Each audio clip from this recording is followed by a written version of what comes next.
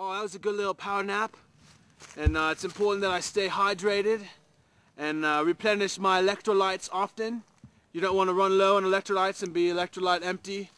And if you're electrolyte empty, you'll probably get diarrhea. That's most often what happens when you run out of electrolytes and your electrolytes are empty. So I'm just gonna look around here for some salt. I think I see a bit over here. Been eyeing it for a while now. Oh, yeah. Check that out. Look at that beautiful salt. It's a big old cube of it. This will probably last me for like, I don't know, 3 days maybe. I'm really lucky. You're really lucky if you run across something like this while you're in the wild. So I'm just gonna take a bite of this. Oh, that's not salt. Oh gosh, I think I broke my teeth. Hey, look okay? Look okay? All right, I'm gonna get my shirt. We'll be moving on now. Oh, this is what I've been looking for.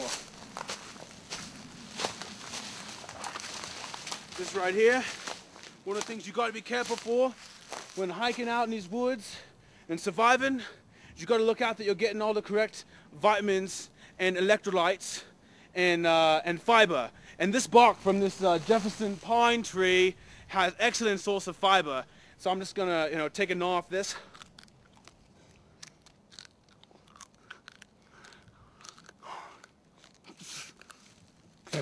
I think some of it got down. Have another go.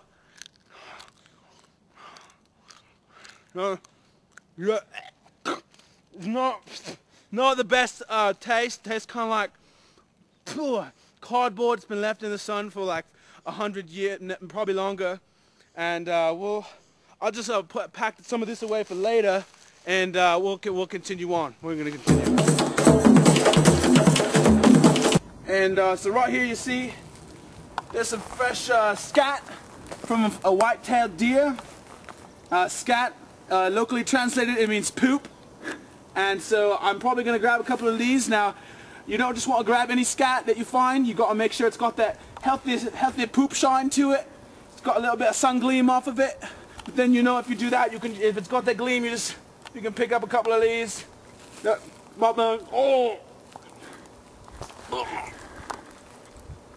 Oh, it doesn't go down well, but at least it's something. Just gotta remember that I don't want to die. I've got to survive. Just pop a few more of these. Oh. Alright. But a lot of flies around here for some reason. Oh, it's disgusting. I think white-tailed deer scat might be the most disgusting thing I've ever eaten in my life, and just ate it. But it's important to keep your morale up and always keep going. So I'm just gonna, grab a handful of these, store them away for later. All right, we're just gonna leave this there and keep on going.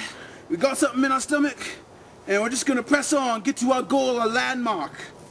So right, come on.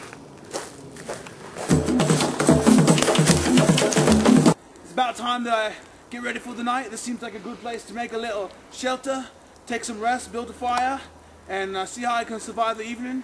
I'm going to start just by using my trusty rope, string it across these trees, and use my shirt to make a tent. And I think that will keep me nice and warm tonight. When you're around here at night in the wild, it's important that you make some sort of weapon to protect yourself from animals, for instance, like mountain lion and deer, small snakes, poisonous snakes. What I'm going to do right now is make myself kind of a knife stick to protect myself from animals. This here looks like a pretty sturdy stick. Just break out these extra branches here. And what I'm going to do is, if you're lost, you don't have ropes or strings, so I'm going to use my shoelace right here from my shoe. Put my knife stick down here. Just unlace this baby. Alright, look at that right there. Knife stick. Probably one of the most perfect knife sticks I've ever made. And it just reaches about, a little more than the length of my arm. And maybe like stab it, or at least scare it away. I don't want to have any large dead animals on my hands, but maybe just scare it, give it a little tap with the knife. Just say, go away, animal. And that ought to get it going. And right now I'm going to go try to light my fire now that I've got my protection. A lot of people like to use flint and steel to start their fires. I just like using a regular cigarette lighter. So just gonna give that a whirl here. It's important to blow on your fire, give it lots of oxygen. Fires need oxygen to start.